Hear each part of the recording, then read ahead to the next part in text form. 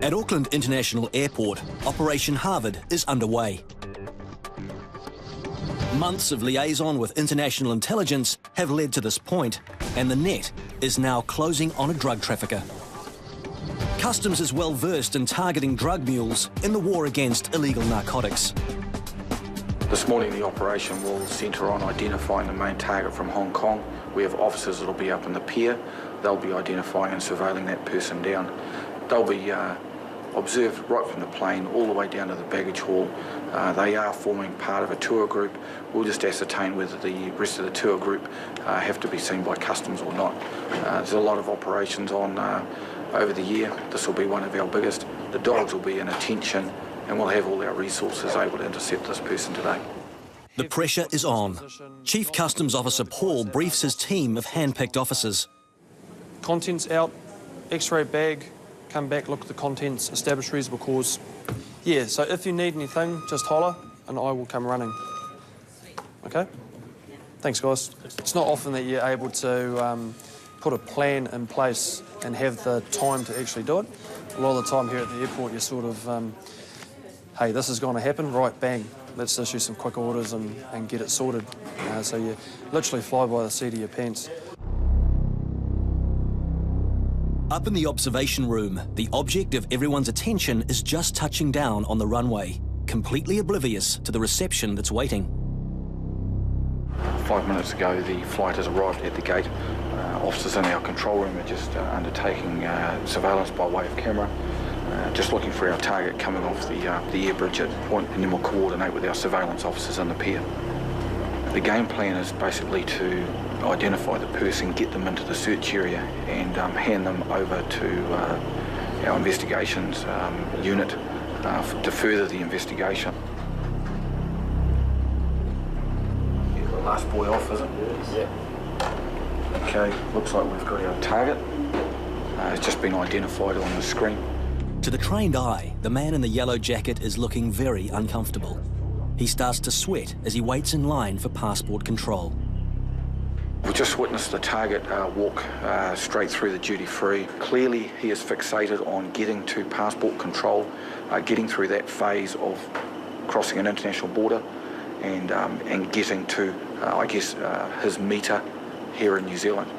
He's displaying that now and he's acting quite urgently to go through to passport control. He's also being quite vigilant of what cameras or what persons may be observing him. He's just going to make his way down into the baggage hall now.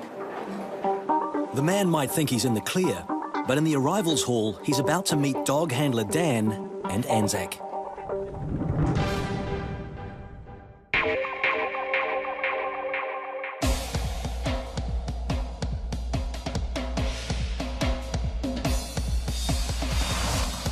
NZ965 has just touched down at Auckland Airport, bringing in a 54-year-old from Samoa with a banquet in his baggage and carrying unidentified plant matter.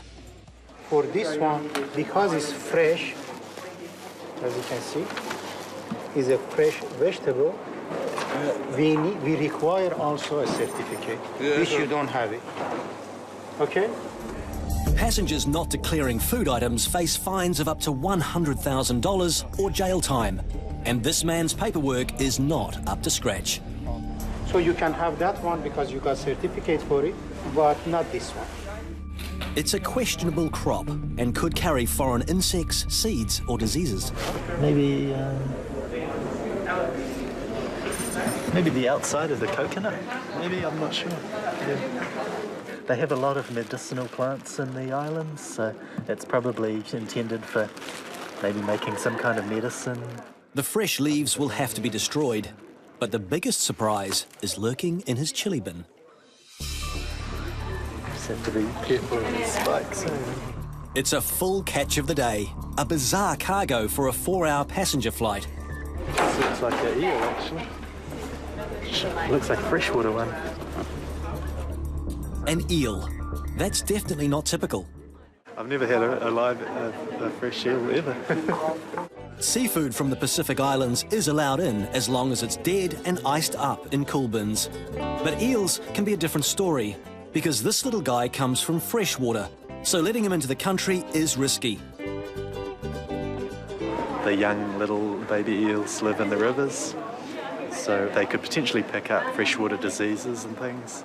And if it actually had been caught out of a river itself, then it could still have like river algae and material inside its stomach. And the fishy finds continue. What else? Got some crab. They're okay. Got a hairy one. There we go. It's surprisingly common for packed chili bins to arrive with passengers from the islands. That's the problem.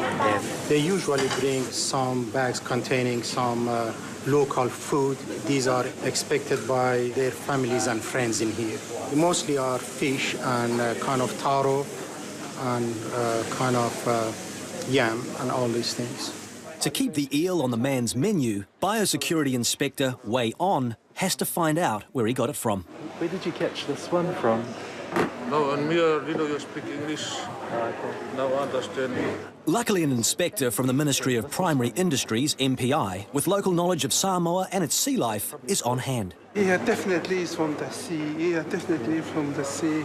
It's quite possible that they did get it from the sea, but it would have come from maybe a river in New Zealand or Australia, in which case, yeah, it could have diseases from there, fish.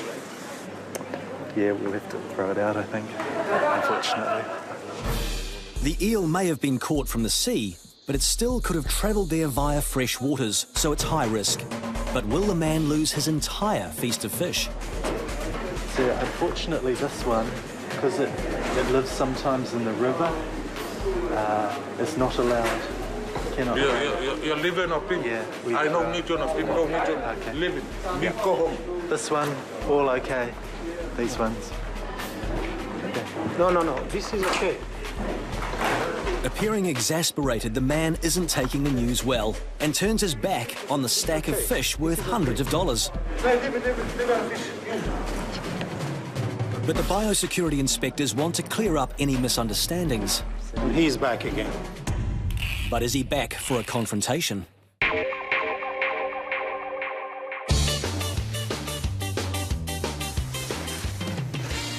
At Queenstown Airport, an arriving flight has delivered a man from London with a dodgy past.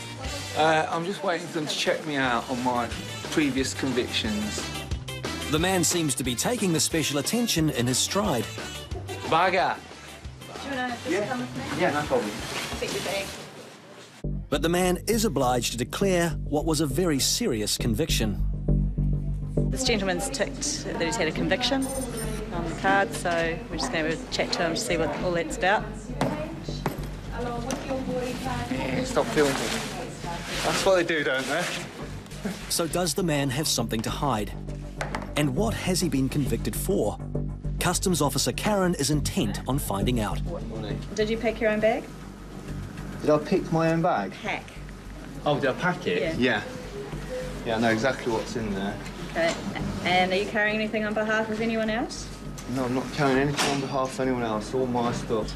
Under the watchful eye of the one-way screen in Customs, Karen is checking in with what immigration has found out about the man's past. He did armed robbery. Operation Harvard is closing in on a suspected drug trafficker at Auckland International Airport. Looks like we've got our target. It's just been identified on the screen. He doesn't know it, but he's been monitored all the way down the baggage hall, and he's about to meet sniffer dog Anzac.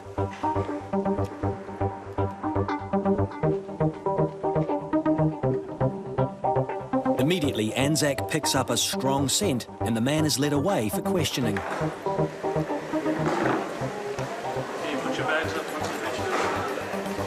Wasn't even interested in the rest of the tour group, mate. Went straight for his shoes. Nice. Not speaking English. No English, mate? No English at all, but yeah, no, he wasn't interested in the other three that were there from the tour group. Yep. But just went straight for him. Both times went for his shoes. Excellent. Cool. Brand new shoes as well, mate. Okay, mate, thanks for that, brother. Ni hao. Speak English? No English. Translator Kevin is right on hand to deal with the language difficulties. I just want to inform the gentleman that I will be questioning him, obviously with your help. This officer here, just to make things a lot smoother, he's going to be conducting the baggage search itself, okay?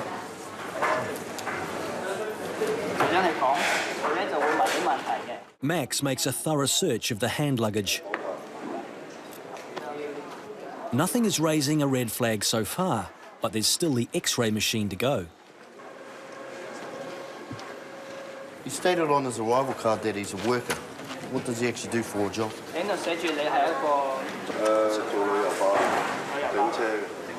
Bus mechanic.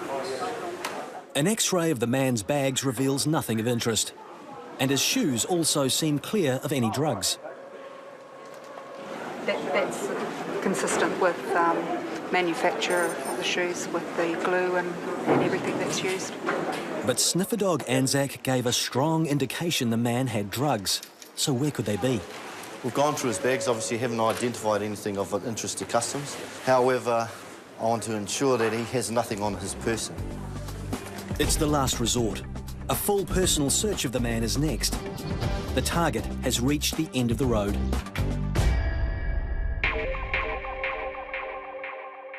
At Auckland Airport, a man has had vegetables and an eel confiscated from a party pack of food brought in from Samoa.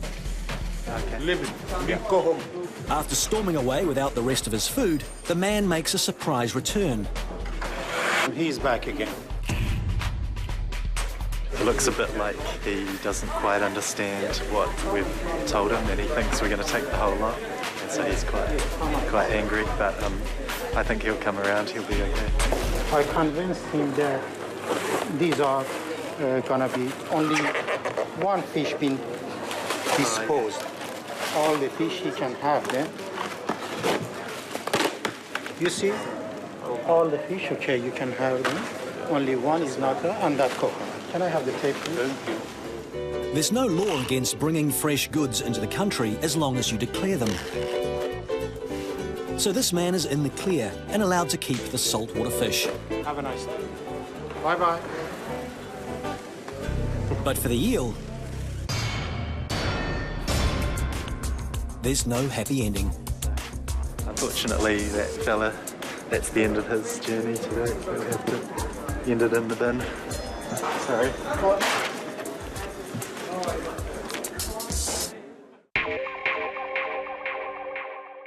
Bugger. A man with a cheeky attitude and a previous conviction for armed robbery is under investigation by Customs in Queenstown. He got a 3-year sentence from March 95 and he served 18 months, so he's out in September 1996. So will the man's jail time get him barred from New Zealand? So it is 15 years ago. Okay. Given that the conviction took place and the sentencing took place outside of 10 years, he's no longer subject to Section 50. That's pretty much what I thought, yeah. From Africa. The man admits he's here to get his hands on a safe full of money, but this time it's legit. You're intending to pay poker? At Sky City Casino. It cost me $42 to win the $4,300 package. The man won his entry to the tournament through an online gambling site. And to get there, he needs to put all his cards on the table for Customs. So, you've done the right thing by ticking that. But it is the best policy. It is. And now he's on a roll. The man isn't holding anything back. Okay, when was the last time you used any recreational drugs? Well, he smoked a bit of wacky-backy about a couple of 3 weeks ago. That's it. Other than that, just a couple of pints, I don't know. So when you're referring to that, you're referring to marijuana? Yeah, that's all that is, yeah. I'm going to take a couple of iron swabs on some of your stuff that only you would use. Swabs taken from his sunglasses and phone are clean. Maybe a bit of a lad about town, that's all right. But his laptop raises other concerns too. Any porn? Porn? No, definitely not. You can have a look if you like. And while he may be a reformed burglar, this man is not squeaky clean. In Queenstown, an Englishman is declaring his criminal past in order to come here for a poker tournament. But it is the best policy. It is. But something else has been found too. He's right. His laptop is showing a tiny trace of cannabis residue. Was there anything on that? Yeah. A little bit of exactly what you said. little bit of ganja residue. Yeah. Lucky for him, he's already confessed to being an occasional smoker. See, I told you I was honest, didn't I? Yeah, absolutely. But could he be hiding any other drugs? So you're telling me you're not carrying any... I'm not carrying it. Let's go to the strip room, whatever. Do what you got to do. You want to search me? No. I don't mind, anyway, if it is. It wouldn't be a problem. It wouldn't be me anyway, it'd be a couple of my mates. Nova. Did you have accomplices that you did your robbery with and stuff, and they get caught did, too? Yeah. Everyone's come good. Yeah. It just shows that you can be a bad apple and turn the corner, can't you? You know, that's a long time ago, and I forget all about it until I try and get into another country, and then it all comes back. Given his past, the man is not a frequent traveller, and this is his first visit to New Zealand. Do you know anyone here? Do I know anyone? Yeah. Not a single soul. Maybe by the time you leave. I think I know you most at the minute. You live and learn by your mistakes. I definitely lived and learned by mine. After being fully checked out, the man is let into the country for 8 days. You're stamped up. They only let the good guys in. Yeah. Take care, bye. Thank you. He's now in with a chance of taking away potloads of cash, but only at the casino. New Zealand, here we come. At Auckland International Airport Arrivals Hall, MPI dog Watchman and Biosecurity Inspector Liz are patrolling the airport checking for any hidden food in arriving passengers' bags. But as they make their way through the baggage hall, something grabs Watchman's attention. The Watchman's picking up a smell around here. Basically, the dog is telling me there's something in the bag. But with a flight from Singapore just landed, Liz and Watchman need to go and check the arriving passengers. Watchman isn't keen on leaving the strong-smelling suitcase behind. What's happening is Watchman's put his brakes on. He doesn't want to go. He wants to go back to that bag. Come on, buddy. Come on, let's go. And it's also business as usual for the biosecurity inspectors in the search area. Ooh. What's the name? So unless you know the name of this fish, then you can't have it. With landing passengers searched, Liz takes the bag that grabbed Watchman's attention for some closer inspection.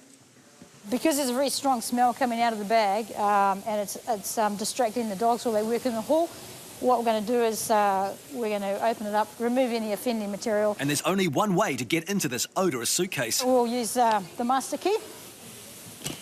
The smell is so overwhelming that already Liz hazards a guess at what could be inside. It smells like fermenting fruit or something like that. Immediately, Liz finds the package that could be causing the horrible smell. As you can see, it's leaking, and